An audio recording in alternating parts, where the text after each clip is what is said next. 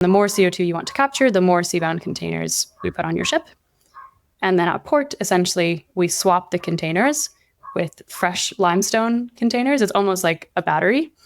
And then we basically regenerate the limestone coming out of the spent container, if you will, on shore. Hardware to Save a Planet explores the technical innovations that are giving us hope in the fight against climate change. Each episode focuses on a specific climate challenge and explores an emerging physical technology solution with the person bringing it into reality. I'm your host, Dylan Garrett. Hardware to Save a Planet is brought to you by Synapse. Make sure to click subscribe so you don't miss any future episodes. Thanks for listening. Hello and welcome to Hardware to Save a Planet. I'm here with Alisha Fredriksson, the CEO and co-founder of Seabound. Seabound is a Y Combinator-backed company that is building carbon capture equipment for ships. Shipping drives 90% of the world's economy. It's our most efficient way to move things around the world, better than land or air shipping, but it still emits around 3% of global CO2. Because of that, ship owners are facing growing pressure to reduce greenhouse gas emissions from regulations, customers, and shareholders. People think affordable alternative fuels are at least 10 years away. Seabound offers the only way for ship owners to reduce CO2 emissions now and on existing ships by up to 95%. I'm just getting to know Alisha, but she strikes me as a really innovative thinker with an ambition to make a positive impact. She started Seabound with her co-founder, Roja Wynn, 2.5 years ago.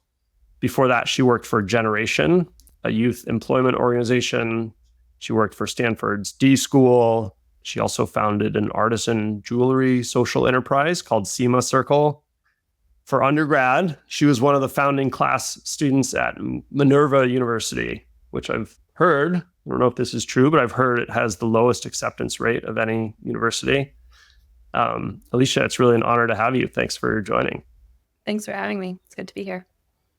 So when you started Seabound, I think you told me your initial goal was you wanted to impact climate change.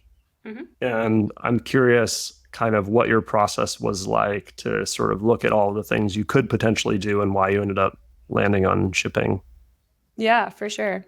So there were a few different elements of the process. I think the first element was actually trying to figure out if I could sort of climatify the work that I was already doing. So at the time, I was working at an organization called Generation, which is a nonprofit founded by McKinsey & Company.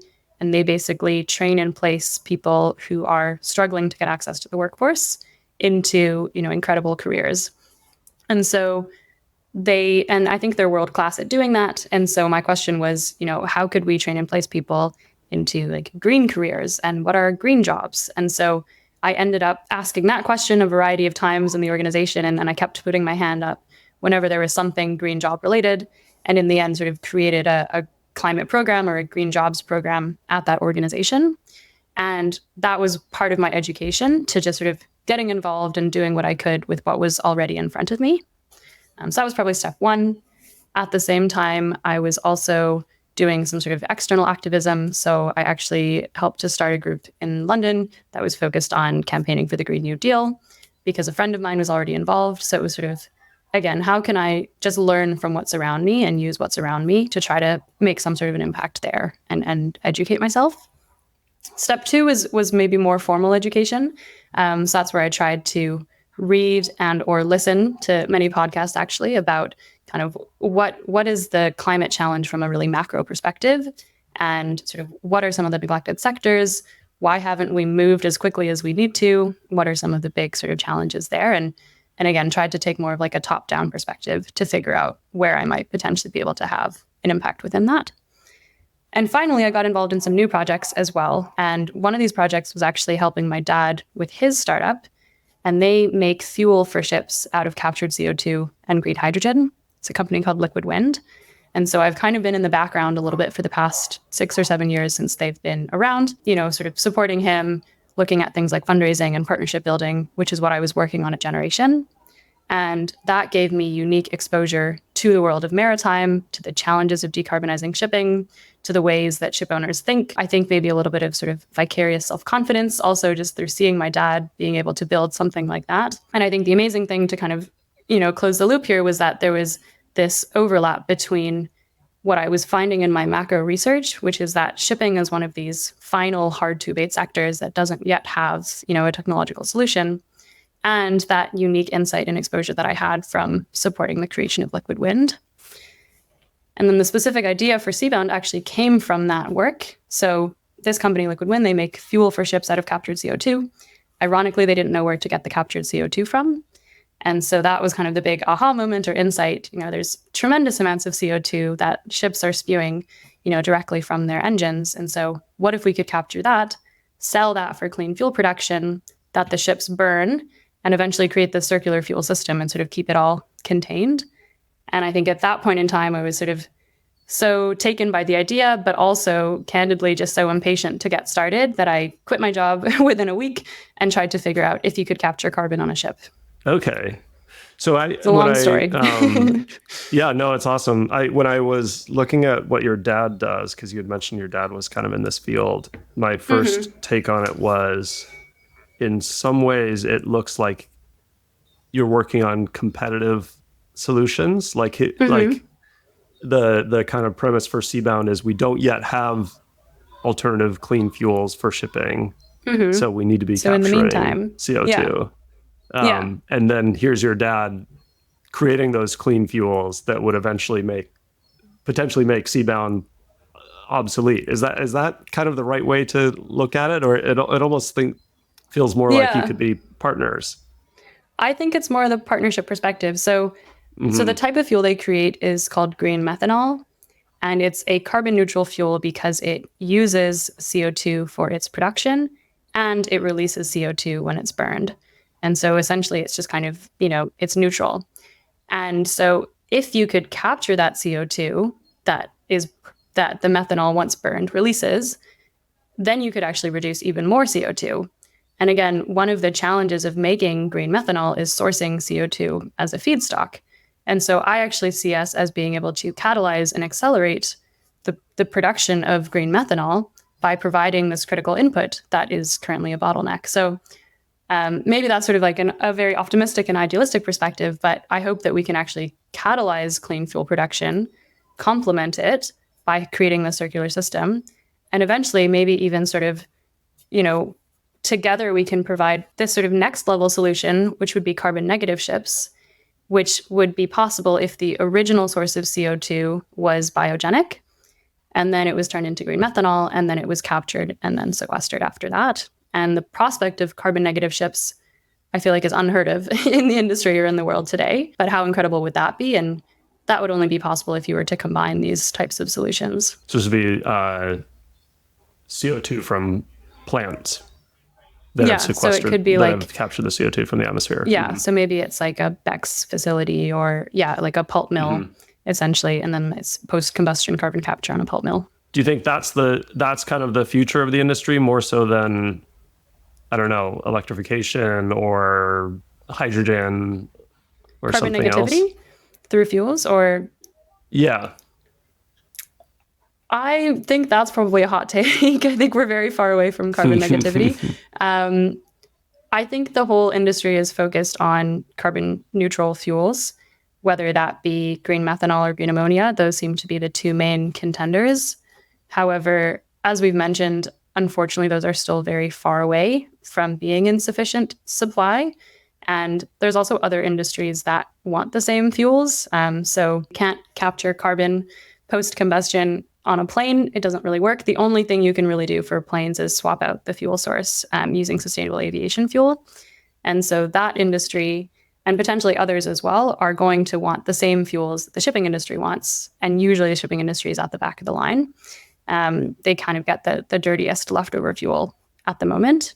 So I think all the attention in the industry is focused on these fuels, but they're starting to realize that it's going to be very hard to get the amount of fuels that they need. And that's where we think onboard carbon capture can play a really significant role to bridge the short-term gap right now, as well as to help to catalyze and then complement at least some of those fuels in the future. Why is that? Why is it so far out that those fuels will be available at scale?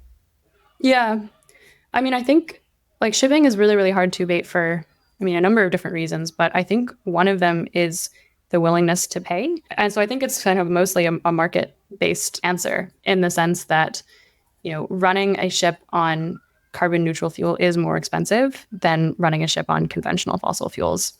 And there are new regulations that are starting to change the equation a little bit, but not yet to a meaningful degree such that there is a lot of urgent action and change. But I think, so shipping entered the emissions trading scheme in the EU this year. And so that currently, I think, is about 70 euros per ton. And it's phasing in. So not all of the emissions for ships are subject to that penalty today, but over time they will be. But I think there's estimates that it would need to be at around maybe 200, maybe 300 or more euros per ton of CO2 emitted in order to actually sort of tip the scale in the favor of carbon neutral fuels. So I think that's the tough part, is that it's too expensive, really. And therefore, it's hard to secure offtake agreements to start to develop the facilities to produce these fuels. That's my understanding of it.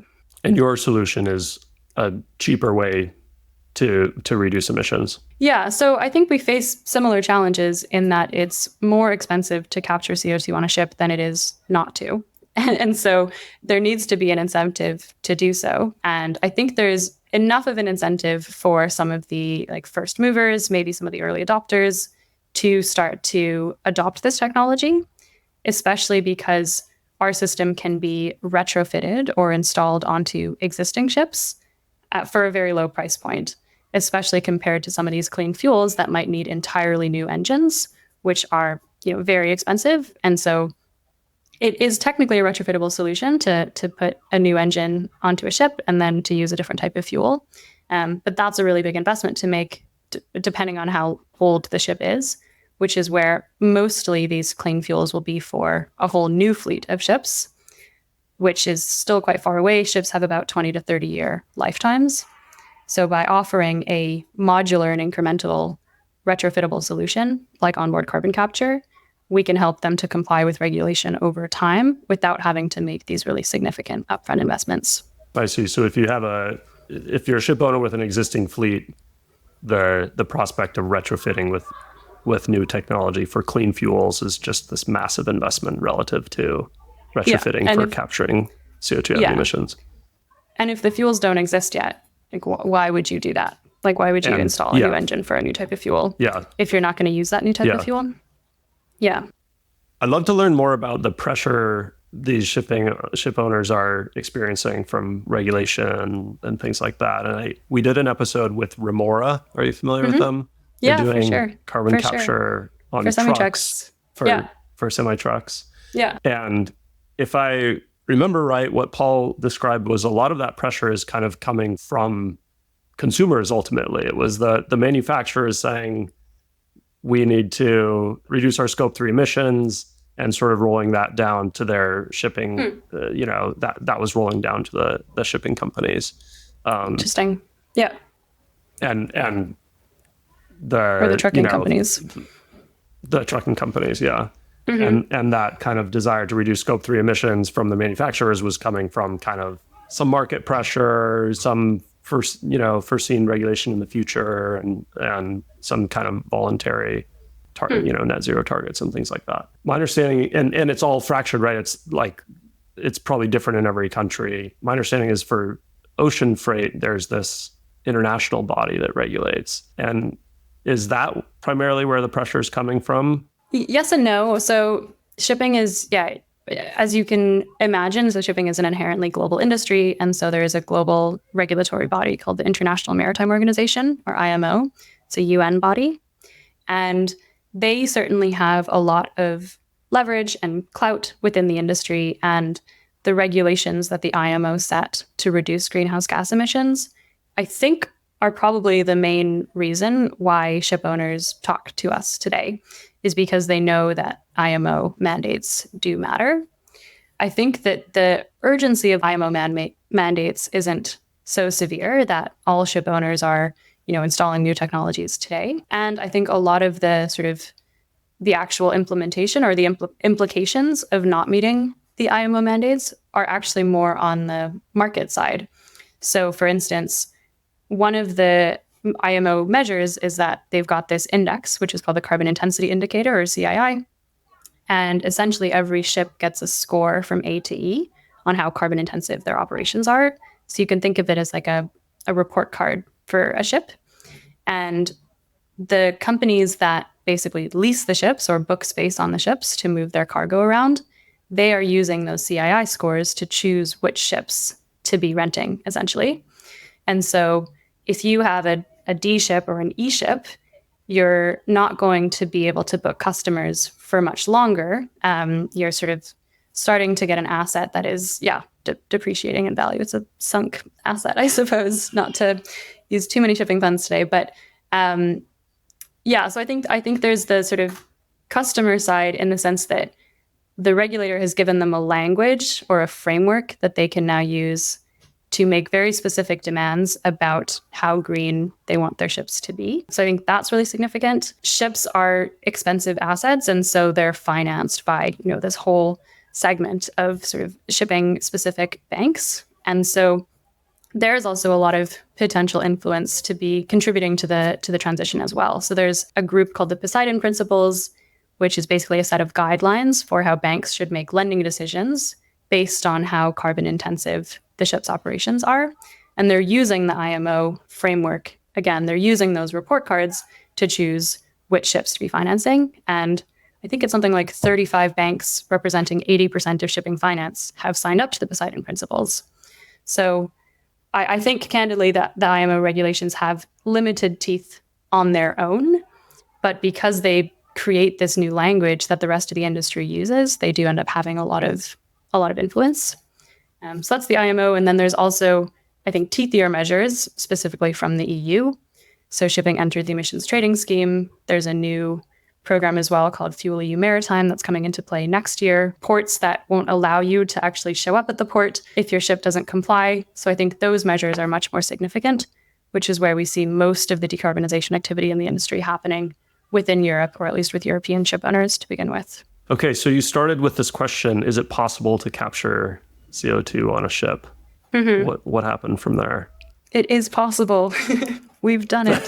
What's the answer? Okay, it is possible. Yes, it is possible. Good. How did you get there? We did our first pilot last year, so I can tell you for sure that we have captured carbon on a ship, and it's technically possible. Nice.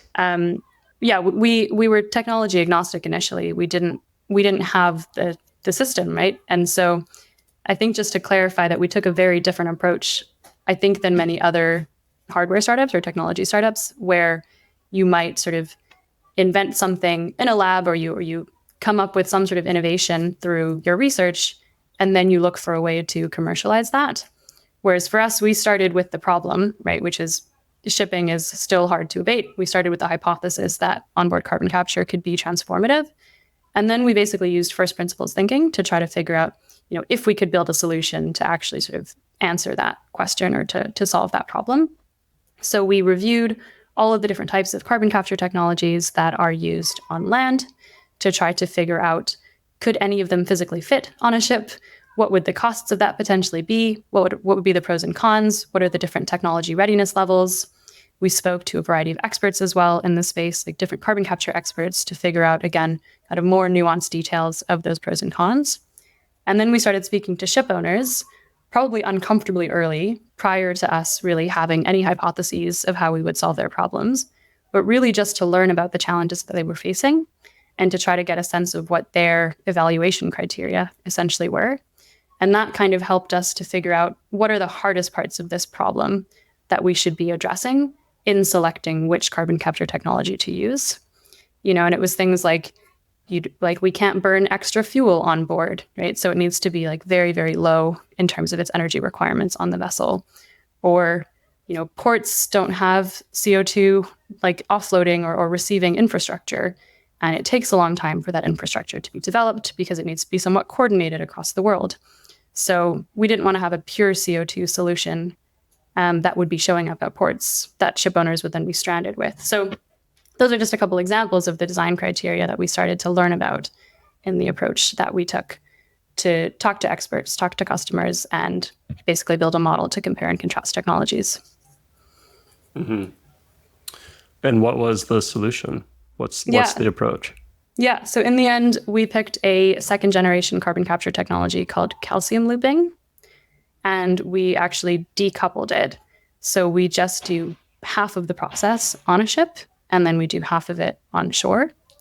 And that way we've been able to kind of design a custom solution of carbon capture specifically for ship-specific constraints, rather than sort of taking the most mature carbon capture technology and trying to just miniaturize it and transfer it onto a ship. So the way that our system works is that on a ship, we basically use little pebbles or little rocks of calcium oxide to react with the CO2 in the exhaust gas that's coming out of the engine to make calcium carbonate. And that's also known as limestone. So the kind of simple way to think about it is that we make limestone on ships, and the CO2 is trapped in those little pebbles. We don't separate the CO2 from the limestone on board, which is the regeneration process of carbon capture. And so we don't have any CO2 kind of extraction or compression or liquefaction equipment, because that's really energy intensive. And it's those steps that we've shifted to shore. And we do that in larger land-based facilities that basically service all of the different ships that are coming in with the captured carbon in the form of limestone. And that way we can leverage economies of scale, land-based energy infrastructure, CO2 sequestration from shore, and so on and so forth. So I think you interviewed Heirloom previously. It's the same category of technology as theirs. Mm-hmm. Yeah, Heirloom I on a was thinking ship. that as well. And yeah, and exactly what you say, the kind of desorbing the CO2 from the limestone is the really energy intensive part of the process. Yeah. Well, at least, yeah, I'm sure what you're doing on the ship is hard as well. And will you own the land-based processing part of the process as well, or is that, are there partners that would do that, or like is that something Seabound needs to develop as well? Yeah, we're still exploring what that could look like at different phases of our company. So initially, we're partnering with lime companies. So calcium oxide is also known as lime. This is an established industry and global industry already. And so it's essentially teaming up with lime companies to do the regeneration or the calcination process. Today, that process is actually CO2 intensive. So the CO2 is typically released from that process, which is why we need to work closely with them to ensure that we're producing green lime, where the CO2 that's released is captured and then sequestered. Otherwise, our process would be counterproductive. Right. And then I suppose that's potentially circular, like that lime would then be used back on your ships exactly. in the capture process. Exactly, yeah. I'm glad you mentioned being this kind of difference between being a company starting with a technical solution versus a company looking, with a problem, looking for a solution. I'd say most of my guests are the technical founders who have a solution, sort of this core IP they're commercializing. I'm curious what your experience has been like as a founder, talking to investors and building your company. Has that been a challenge for you? Do you think it's been an asset? What do you think about that? Because of that sort of unique approach we took to building it? Yeah, not being engineers, not being the technical experts in the field and what you're doing, is that, do investors appreciate that approach? And do you think that's an advantage in that you're sort of technology agnostic, or is there is that a challenge for you? It's a good question. Yeah. I think it depends on the type of technology that you're building. I don't think that you could take the Seabound first principle approach for a fusion startup. I think you'd probably need like deep technical expertise that, you'd probably need to be like a world expert. I'm imagining. If you have a first principles fusion startup founder, please let me know. And I think they'd be really cool to talk to. But so I think because part of our premise is that, we're taking technology that's relatively mature on land. It's not entirely mature, that we're still doing a lot of the development in-house, but there's no fundamental science risk with what we're doing. It's fairly simple chemistry. There's engineering challenges for sure. But I think because of that, perhaps the sort of level of technical proficiency and kind of world classness isn't as high for our particular context. And so I think instead what investors care about for us, is did we have some sort of unique insight into why this type of approach or why this category of technology could be promising for the industry? And that's where my background, supporting liquid wind came into play as well. Then there was, do customers actually want this? And that's where the fact that we'd spent a lot of time with customers early on to understand their challenges and to kind of learn, how they think and how they'll approach this, that was really critical. And we had a variety of letters of intent from ship owners before we did our first fundraise. So, I think mostly investors care if customers care. And if you can develop something that customers care about, I don't think customers have as high of a bar for your level of technical background, if that makes sense. Like, as long as you solve their problem in a meaningful way, at a good price point, I don't think it matters if you're an engineer or not. Can you give me a sense of what the system looks like and what it means to integrate it with a ship? Yeah, so picture a shipping container. So we use standard 20-foot shipping containers, and then we're modifying them to fit our carbon capture system inside that. So each Seabound container is both a carbon capture device and a carbon storage system, because it keeps the captured CO2 in the form of limestone inside. And the more CO2 you want to capture, the more Seabound containers we put on your ship.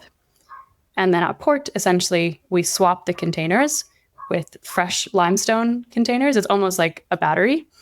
And then we basically regenerate the limestone coming out of the spent container, if you will, on shore. Okay. I imagine there's a lot of variability in ship design. Do you think of it as a product that can kind of drop into any ship, or is there a lot of customization for different ships? Yeah, so the reason why we're doing a containerized system is so that it can be as standardized as possible and as easy to install into a given ship as possible. We actually started with a non-containerized system, which we tested for our first pilot. And the idea there was that, you'd have a fixed device that was a carbon capture device, and then you'd have a separate lime storage sort of holder or vessel, and then a separate limestone storage system on the ship. And we were moving the pebbles of lime from the first storage system into the carbon capture device and then into the limestone device. That was technically possible. We were able to prove that it works, but it's actually fairly challenging to move rocks around on a ship. You can imagine the ship is moving, there might be clogs, there's a lot of moisture in the air. We didn't want to have to design a custom system for every ship.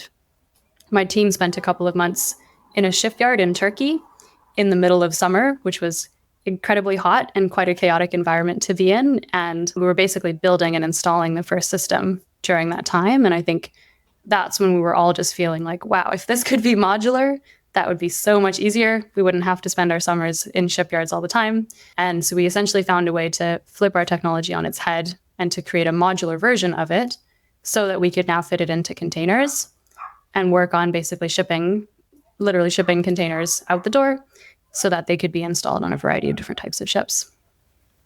Mm-hmm.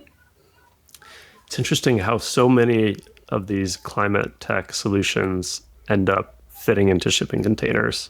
It feels like they're really handy. Yeah. Container. Yeah. And then you're essentially blowing the exhaust through these pebbles in the container. Mm-hmm. Yeah. And the capture happens. Yeah. There's a lot of other stuff in this exhaust too, right? Like VOCs and SOx and NOx and I was reading like heavy metals. And does that need to be scrubbed before it goes into your system? Do you handle pollutants like that as well, or what does that look like? Yeah, we don't need to pre-treat the exhaust gas before it goes into our container. And we would actually like to take the exhaust gas kind of, as close to the engine as possible so that we can use some of the heat that's coming out of it as well to increase the efficiency of our capture process. We can capture sulfur as well, which is another emission that's actually mandated to be reduced by the International Maritime Organization. And so then there's basically this sort of dual purpose of the system that you could both capture sulfur and CO2. We can't capture NOx today, but that would be essentially just re-released. Yeah. So what do you sell to your customers? Are you selling equipment? Is it a service? What's the business model? Yeah. So currently And I say that because we're exploring a new channel, but currently our business model is that we sell carbon capture containers to ship owners. And then we also have an ongoing subscription, which basically covers swapping the containers of the captured carbon version, the spent version, to the fresh version. And so that ongoing service we take care of as well, so that our ship owner customers don't need to get involved in limestone regeneration. The new angle that we're also exploring is to potentially sell to cargo owners as well.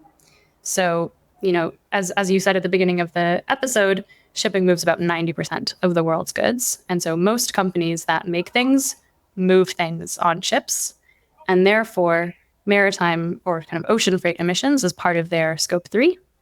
And I think there's a lot of potentially kind of latent demand there that doesn't yet have an easy way to be serviced today because there aren't easy ways to reduce emissions from ships. So that's where we're starting to look at, could there be appetite from cargo owners or brands or other corporates to pay for emissions reductions on ships so that we can incentivize accelerated emissions reductions that exceed the regulatory requirements from the International Maritime Organization and from the EU. And that essentially would be an insetting credit. So that would be a different type of product that we'd be selling. Okay. Explain that, insetting. Insetting. So offsetting is essentially where, you're emitting CO2 from your company's operations. You want to reduce the CO2 emissions, but you don't have a way to do so, or you don't want to pay to do so. And so you can basically pay for a CO2 reduction elsewhere, which would be an offset, and that would be outside of your supply chain. And the most kind of classic example is that you pay for trees to be planted somewhere. And so it's sort of like apples to oranges a little bit in the sense that, your emissions are unrelated to trees probably, but you're paying for trees to be planted. And then there's a CO2 equivalent kind of reduction. Insets would be that you are reducing emissions in a way that is actually like part of your supply chain. Let's say, to use a very clear example here, let's say that you move goods around on a ship. If you reduce emissions from that ship, then you're reducing emissions in your supply chain.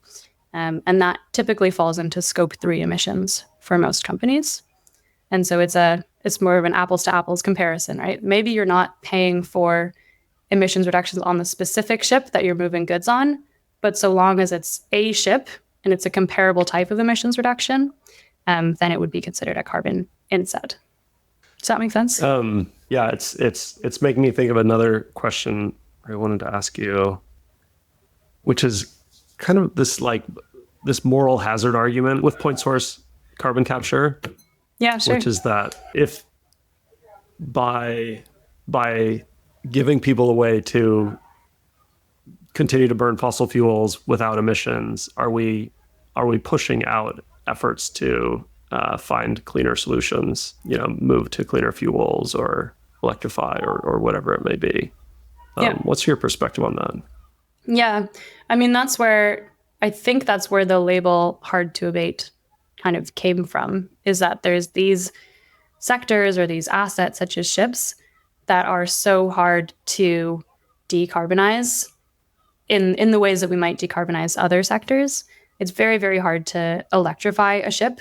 You'd probably need a battery sort of half the size of the ship, unless it was doing maybe a very, very short route, like a coastal service or something like that. But if there is an alternative like electrification, then by all means, like I would like to support that. And that's also why we're not starting with ferries or we're not starting with sort of, short sea vessels, because I think those will be fairly well serviced by electric solutions.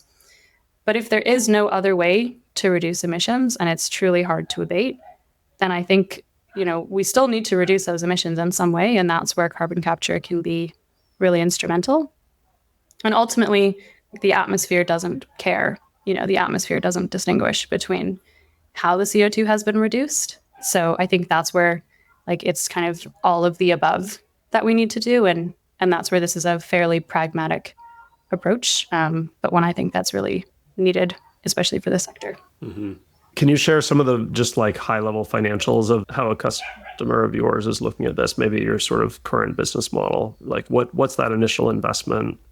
And I guess the subscription cost, are we talking hundreds of thousands of dollars, Yeah. millions? So What does that look like? the shipping industry is actually, I think, fortunately moving towards thinking about things in terms of price per ton of CO2 captured, which is kind of fairly aligned with how the rest of the climate tech ecosystem thinks about things. And I think that's especially facilitated by shipping being on the EU's ETS system, where there's a penalty per ton of CO2 reduced, which is, yeah, currently at about 70 euros per ton. It has been at 100 before. There's estimates it could go up to 200. But so that's where, the sort of easiest comparison for a ship owner would be, does the carbon capture system, does the clean fuel, cost less than the penalty of emitting CO2 on the ETS? So that's kind of like the basic way that ship owners think about it. I think the other way to think about it is, what is the price? What's the sort of ticket price potentially for being able to operate your ship continuously by being compliant with regulation?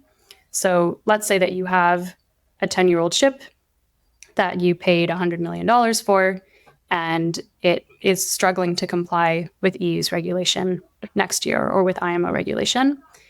Then, you might need to prematurely scrap that ship unless you find a way to reduce its emissions. And that's where carbon capture could be, the sort of low cost ticket to continue using that ship, to continue making money with that ship in the way that you usually do, with your business as usual. So I think there's different ways that ship owners are making these types of decisions. But those are probably just two examples. And so, I guess I didn't really answer half of your question there, which is like, how much does a Seabound system cost? Should I go to that?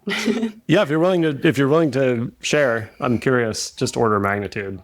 Yeah, so our goal would be to get to about 100 or 150 per ton of CO2 captured.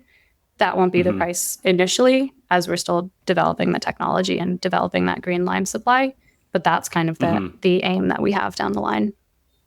Right, that's a feasible target. Yeah. How do you think about the future of Seabound? And partly I'm thinking of this as a bridge to this future where we do have clean fuels. And, as you're building your company and thinking about where you go long term, how do those two things kind of play together? Yeah, I don't see this as a bridge.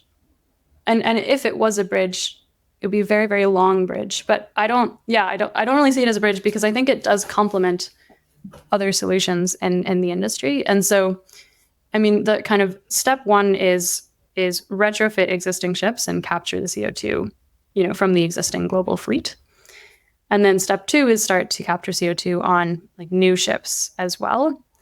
And I think that's where things could start to get more interesting, is if those new ships are going to start running on green methanol or on biofuels or potentially ammonia, then can you combine carbon capture with that? So methanol, as mentioned, releases CO2 when it's being burned. So do biofuels. Ammonia does not, but you need ignition fuel for ammonia. So there's still kind of an initial fuel supply that's releasing CO2, and we could capture the CO2 from that. And then if we can, get to phase 3, which we talked about a little bit earlier, which is carbon negative ships, because we are using CO2 to make fuels, we're burning those fuels, and then we're capturing and storing that CO2. So you could have a world of carbon negative shipping. You could have a world of like circular fuels. That's probably, maybe phase 3 for us. But I think for ship owners to be stacking all of these solutions together, we would need regulation to be probably even more ambitious, or we would need more of that customer pressure for customers to reducing their scope 3 emissions. So I think it's technically possible, and we could probably get there, sooner rather than later, even in the next few years, to do even phase 3, if we had enough of an incentive to do so for our customers. So 3 last questions. The first is, how optimistic or pessimistic are you about the future of the planet, and why? That's a tough question. It depends on the day. I think that's okay. I think I'm more optimistic than pessimistic, because I have met so many incredibly smart, talented, kind, resilient, ambitious people that are working on incredible climate tech solutions, from all different sort of angles, whether that be as founders of startups or investors or policymakers or corporates in sustainability positions. There's so many good people working on this, and there's even more people that want to get involved. That in itself gives me optimism. That's a great tee up for my next two questions, actually. So the next one is, who is another company or individual doing something to address climate change that's inspiring you? The first person that comes to mind is Dr. Ayanna Elizabeth Johnson. She straddles kind of a variety of different worlds, but she's I'm going to butcher this, I think she's a marine biologist, kind of policy nerd, author. She wrote the Blue New Deal. She's created a variety of incredible programs, but I think she's been this amazing advocate for kind of bridging the worlds between science and policy and inviting other people to get involved in tackling climate in their own ways as well. She's created something called the Climate Venn diagram to help people think about like what they could do about the climate crisis. And she's been, very, very sort of welcoming of other people getting involved. So she's probably the first person that comes to mind. Cool. I'll look it up, which is another great segue to the last question, which is, what advice do you have for someone not working in climate today who wants to do something to help? Sounds like maybe they could look at this Venn diagram. Yeah, look at the Venn diagram. I think start with what's accessible to you. Like that was kind of what I did with my journey, is I just tried to figure out like, okay, I have a friend working on the Green New Deal. Let me go like support that friend. Or I have a parent working on a new startup. Let me go help that person. And so, you don't need to take on incredibly challenging and daunting and foreign elements of the challenge from day one. But you can kind of take baby steps essentially and sort of use what's around you to get started. And I think maybe the other thing, and hopefully we're an example of that, is that you don't have to be an expert before you get started. You can let the work teach you. And I actually think, I would hope that ship owners agree, but I think there's something powerful about the fact that most of what I've learned about the shipping industry, I have learned from customers. And I'm kind of like, I don't have my own biases and sort of preconceived notions coming into this space. And that's where, again, the work can teach you if you're open to it doing so and if you're comfortable not being an expert. So you don't have to have all the answers before. You just have to get started. Awesome. Well, I think you've set an excellent example of how impactful that approach can be. Thank you. Thanks a lot for your time, Alisha. That was really fun. Thank you. Yeah, it was a fun conversation. Thanks for having me. Hardware to Save a Planet is brought to you by Synapse. To find out more about us and how we develop hardware solutions for the world's most ambitious companies, head to synapse.com. And then make sure to search for Hardware to Save a Planet in Apple Podcasts, Spotify, or anywhere you like to listen. Make sure to click subscribe so you don't miss any future episodes. On behalf of the team here at Synapse, thanks for listening.